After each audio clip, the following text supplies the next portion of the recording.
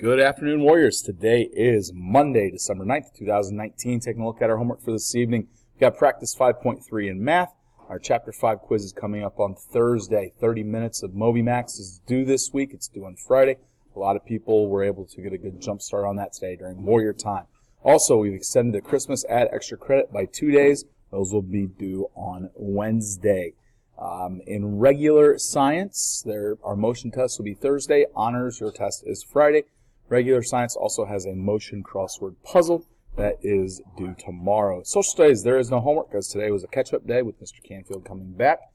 Also, in language arts, you need to go back and revise your persuasion map if needed. But please make sure that you bring your highlighters to class tomorrow because we will be using them.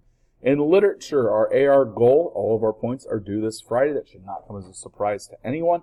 And last but not least, for Mrs. Music and Careers in Life and FCS 6, you need to bring headphones tomorrow.